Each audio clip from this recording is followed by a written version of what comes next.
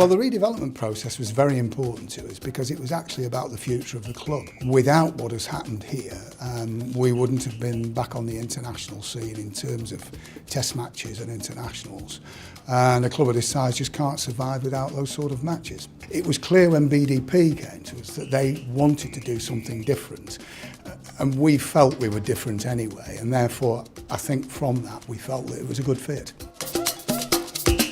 One of the things, the thoughts we had was about cricket grounds in general, and of course, you know, there tends to be this sort of reference to Lords. It's the home of cricket and all the rest of it. It has a particular look, but you know, but things are different in Lancashire. It has a different aesthetic, a different demographic. Different people come to cricket, and we didn't want to lose that character. We wanted to create something that was uniquely Lancashire, whilst modernising the ground and making it appropriate for the 21st century.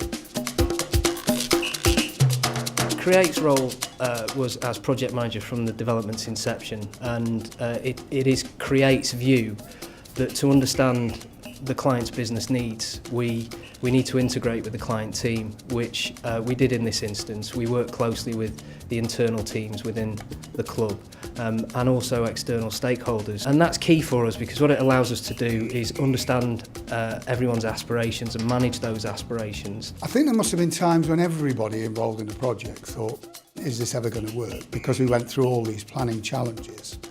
And I'm sure there were people who felt like throwing the towel in. But we got to a stage where everybody was so determined to see this through, not least BDP and Create, but everybody involved with the club. And I think it was that, almost that competitive spirit and that work hard spirit that got us through.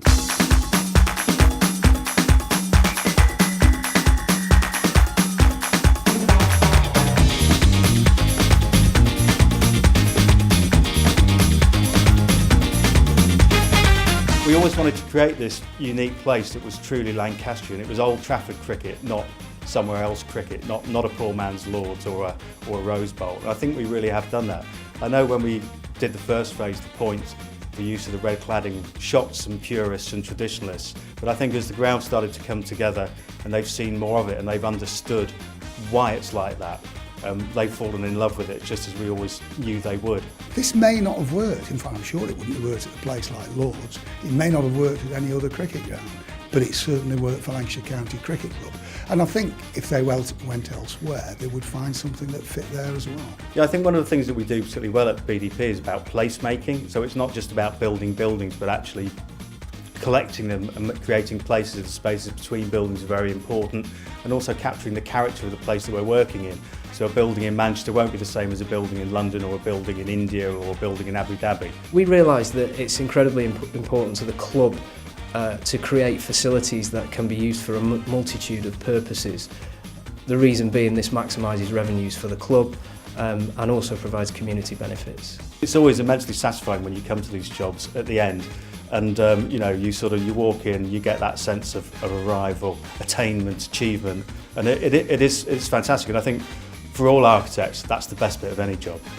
It's going to be great to sit back ahead of the Ashes next year in 2013 and say, well, you know what, it was a real challenge, but look what we've delivered, what we set out to deliver, which is a world-class stadium.